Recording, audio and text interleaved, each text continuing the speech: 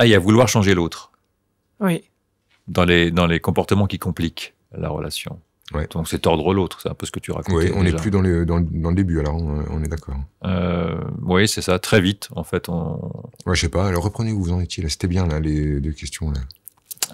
Alors, Ça tourne ? Ouais, ça tourne. On était sur les... Ne pas exprimer ses besoins, par exemple. Dans les comportements qui peuvent compliquer les débuts de relation. Pas être capable, pas se sentir capable, bloqué par l'émotion que l'autre provoque. On a eu ce genre de témoignages. Oui, tout à fait. Être un peu figé. Il y a une question peut-être d'identifier le besoin déjà, et après de savoir l'exprimer, et de savoir nommer ce qu'on souhaiterait de l'autre ou pas. Enfin, voilà. Puis il y a aussi accepter l'idée, ce que Franck disait au masterclass, d'avoir besoin de l'autre aussi. La plupart du temps, en fait, c'est ça qui coince dans le fait d'exprimer ses besoins. C'est exprimer ses besoins me pose en fragilité plus qu'en demande. Mais en fait,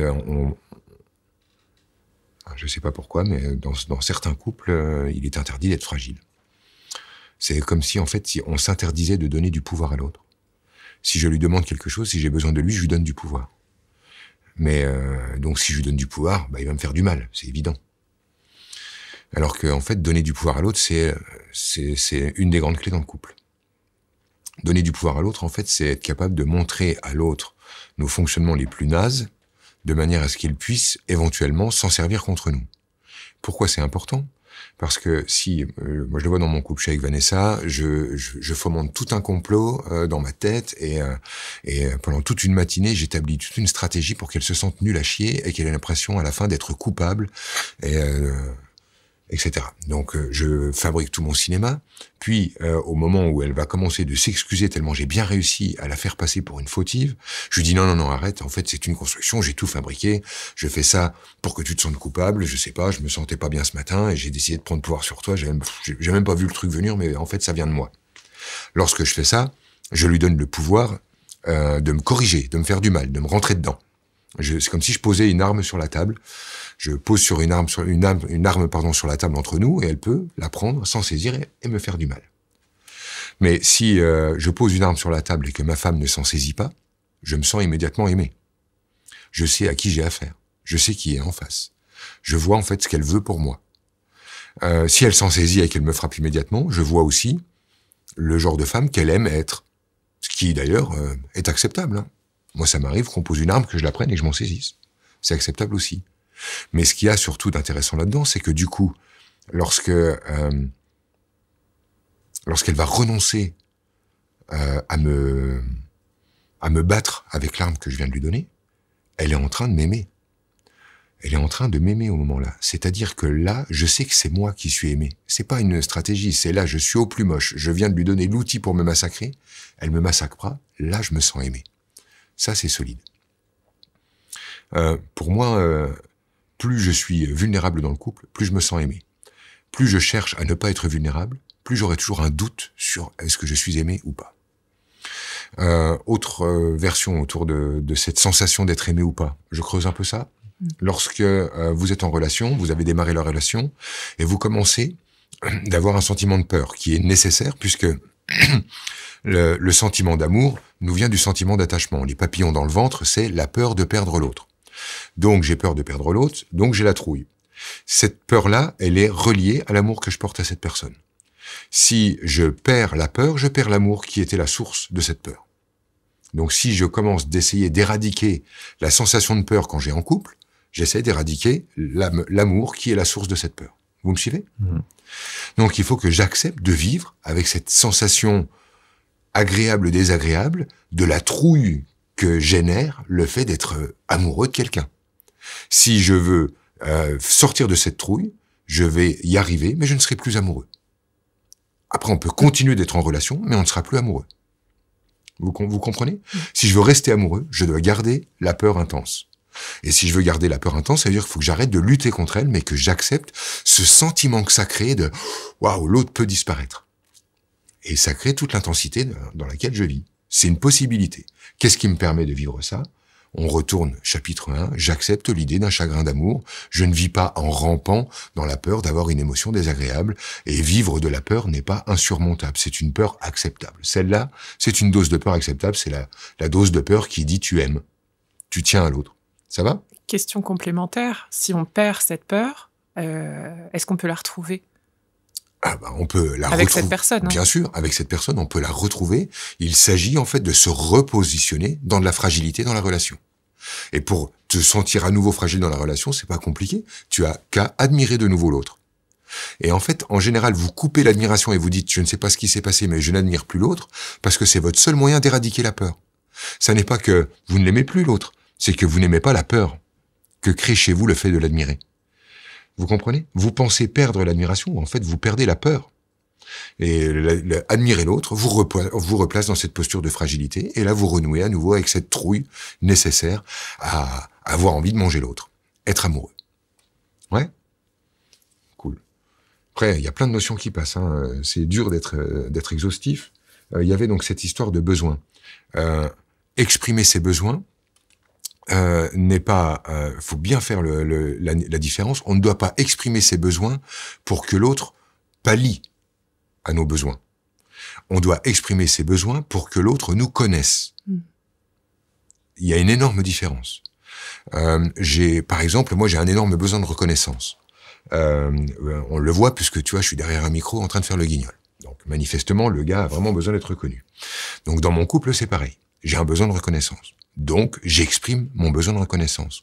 Mais ce dont j'ai besoin, c'est de l'exprimer, que l'autre le connaisse, que l'autre le sache. Ça qui compte. Elle n'a pas à me reconnaître pour me rassurer. Elle a à me connaître pour comprendre d'où naissent mes attitudes, pourquoi je fonctionne comme je fonctionne.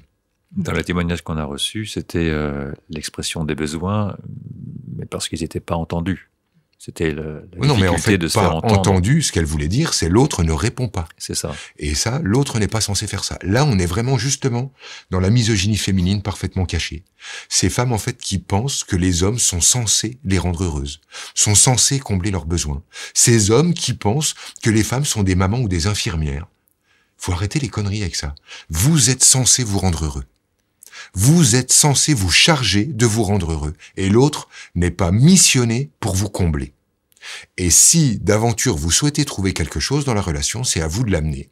Là, on retourne à un autre moment de l'explication, où vous allez trouver dans la relation ce que vous amenez dans la relation.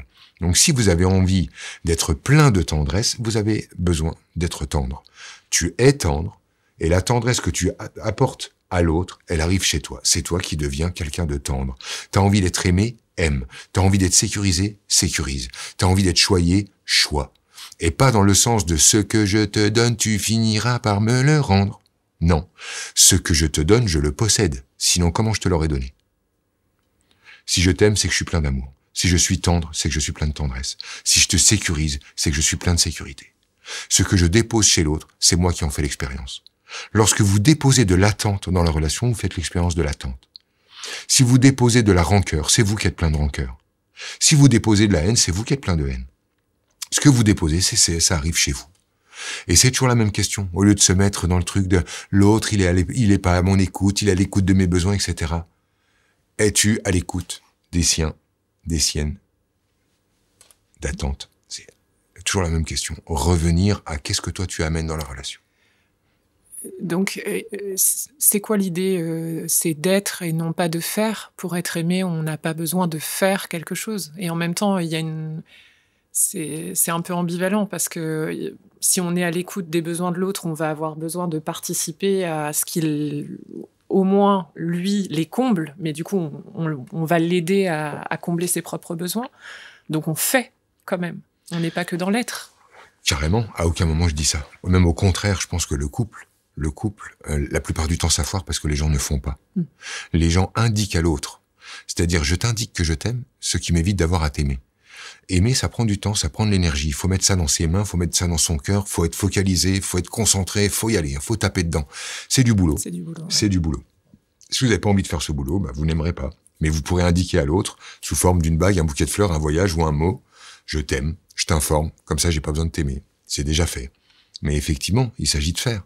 Mais ça n'est pas faire ce que l'autre attend. c'est faire ce que je suis. Et c'est ça la nuance. L'idée de faire, en fait, ça n'est pas « je dois faire » de manière à indiquer à l'autre que je l'aime. Je ne fais pas pour prouver. L'épreuve d'amour, c'est quand il n'y a pas d'amour. Vous avez besoin de prouver l'amour que lorsque vous n'aimez pas. Quand vous aimez, vous n'avez pas besoin de prouver que vous aimez. Quand vous respectez, vous n'avez pas besoin de prouver que vous respectez. Quand vous avez besoin de prouver quelque chose, c'est qu'il y a un énorme doute à ce propos. La preuve d'amour, pour moi, c'est l'anti-amour absolu. L'amour, ça ne se prouve pas, ça se vit. Je n'ai pas à prouver à ma femme que je l'aime parce que je l'aime. Et si elle veut faire de moi son bourreau, si elle ne veut pas le voir, la balle est dans son camp. Je n'ai pas à lui prouver ça. J'ai à le faire réellement, à être dedans. Et ça ne m'empêche pas d'entendre et d'écouter ma femme. Moi, je pense que je suis parti sur un a priori, c'est que ma femme a toujours raison. À chaque fois qu'elle ouvre la bouche, elle va dire un truc qui sera vrai, vu depuis un certain point de vue, elle va dire un truc qui sera vrai. Et donc, je vais prendre soin de ce qu'elle dit. Mais si en fait ce qu'elle me demande nécessite d'amenuiser son mec, je ne le ferai pas. Parce que à la fin, c'est ça qui va ruiner mon couple. Je m'explique. Imagine en fait qu'une femme décide, par exemple, pour obtenir une preuve d'amour, de me demander à quoi je suis capable de renoncer par amour. Renonce à ton sport, ça me prouve que tu m'aimes. Renonce à passer du temps dans ta famille, ça me prouve que tu m'aimes. Renonce à ton bouquin, à ton jeu vidéo, renonce à ton truc, ça me prouve que tu m'aimes. En fait, si j'abdique ma liberté au moment-là et que je suis d'accord, je vais renoncer pour prouver à l'autre que je l'aime. Je vais amenuiser son mec. Je vais être moins heureux. Je vais être moins libre, je vais être moins joyeux, je vais être moins sympa, je vais être moins disponible, je vais lui abîmer son mec pour lui fournir une preuve d'amour. Moi, je préfère que ma meuf, elle vive avec un mec qui est léger, qui est heureux, qui se sent disponible, qui se sent libre d'être lui-même. Donc si, en fait, la rassurer passe par abîmer l'objet de son amour, c'est complètement débile. Parce que je vais la rassurer 5 minutes, et à force, elle va finir par dire « Mon homme est gris. Il est tout gris. Avant, il était lumineux. Avant, il était joyeux. Avant, il rigolait. Avant, on se couchait à la même heure. Avant, on avait envie de passer tout le temps ensemble. Avant, et maintenant, il a besoin d'espace de respiration. Maintenant, il est moins marrant. Maintenant, il me fait plus rigoler comme avant. Avant, il m'attrapait n'importe où, n'importe quand. Maintenant, il me demande la permission 15 fois avant. Et, etc. Et vous perdez votre homme, ou vous perdez votre femme, parce que vous mettez la main dessus, à lui demander de renoncer à qui il est, pour vous, comme si en fait c'était une preuve d'amour que de renoncer à un morceau de soi pour l'offrir à l'autre. Moi, j'appelle ça de la violence. Oui. Et ça m'évoque une situation dans mon entourage où finalement la relation a commencé comme ça au tout début. C'était renonce à ta proximité avec ta famille, renonce au câlin à ta petite sœur, renonce à tes liens amicaux. Hein, ça allait très loin parce que je dois être finalement tout ce qui t'occupe. Oui, c'est ça. Je veux devenir ta cam. Je veux que tu sois ma cam et je veux que tu deviennes ma cam. C'est-à-dire, tu vas devenir mon shoot journalier, donc il faut plus rien d'autre. Et là, ça relie avec ta question à propos de la jalousie, de la possessivité dont tu parlais tout à l'heure, ou de la tentative qu'on pourrait avoir de se comparer. Donc de se comparer à une famille, de se comparer à un sport, de se comparer à tout et n'importe quoi. Moi, j'ai vu des femmes dans un groupe, il y en a une qui avait l'impression que lorsque son mec allumait une cigarette, elle le trompait. Il la trompait. Tu vois? En gros, c'est quand t'allumes une clope, tu me trompes parce qu'en fait, c'est moi que tu devrais aimer et comme moi, j'aime pas la clope, c'est moi que tu devrais aimer en premier. Elle arrivait à se mettre en rivalité avec une clope. Donc, on peut se mettre en rivalité avec tout et n'importe quoi. Là, c'est quand on est dans une quête de garantie, c'est-à-dire qu'on cherche à voir si l'autre nous aime pour de vrai. Comme si, en fait, il y avait des faux amours et des vrais amours. Donc, évidemment, la personne qui est dans cette posture, elle n'est pas en train d'aimer. Déjà, elle est en train de vérifier si l'autre est vraiment dans l'amour, mais elle n'est pas du tout en train d'aimer. C'est-à-dire qu'elle n'est pas en train de permettre à l'autre, elle est en train d'être dans sa construction, on est plus dans le plan de carrière que dans de l'amour. Donc en général, déjà, elle exige de l'autre un truc qu'elle ne produit pas elle-même. Aime-moi, puisque moi je suis incapable de le faire. Il y a déjà cette notion-là. Mais après, dans la notion de possessivité, jalousie, etc., on retourne à cette notion de... le monde entier est en rivalité contre moi, puisque en fait, moi, je ne suffis pas, j'en suis sûr. Donc, je suis trop moche, donc toutes les autres femmes plus belles vont me piquer mon mec. Je suis trop moche, donc tous les hommes plus beaux vont me piquer ma femme. Je suis pas suffisant, je suis pas, etc. Enfin, moi, ça ne suffit pas. Donc, je deviens jaloux du monde entier puisque je vais pas tarder à dégager.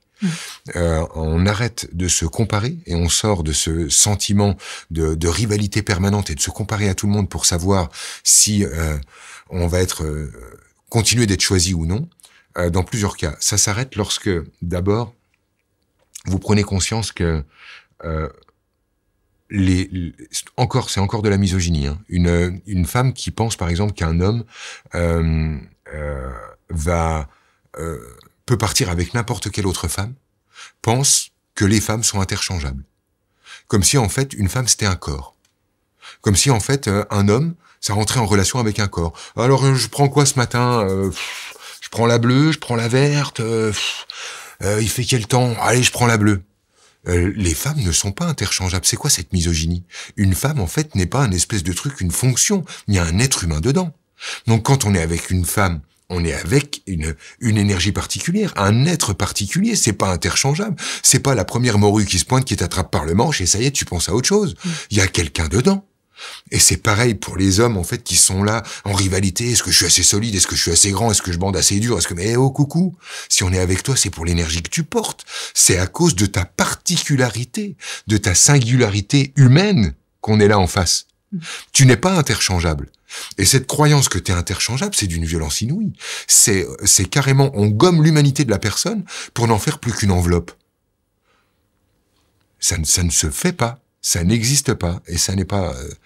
Il faut s'asseoir là-dedans. Je suis là, et je suis aimé parce que je suis moi.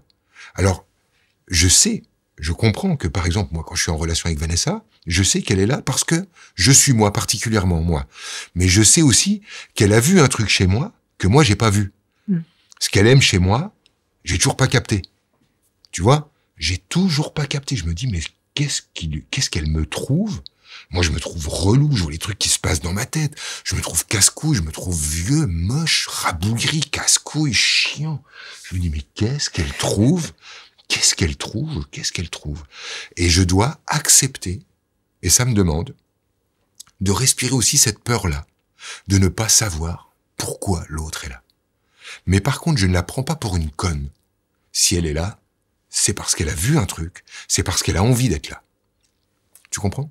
Donc oui, c'est parfois anxiogène, mais non, je ne suis pas comparable avec les autres mecs parce que je suis Franck Lobvet et il n'y en a pas deux. C'est tout. Je suis particulier et je fais confiance à ça. Et une fois de plus, il s'agit de je m'assois là, je suis qui je suis, et si ça doit faire mal, que ça fasse mal. Ça donne de la force. Ça va?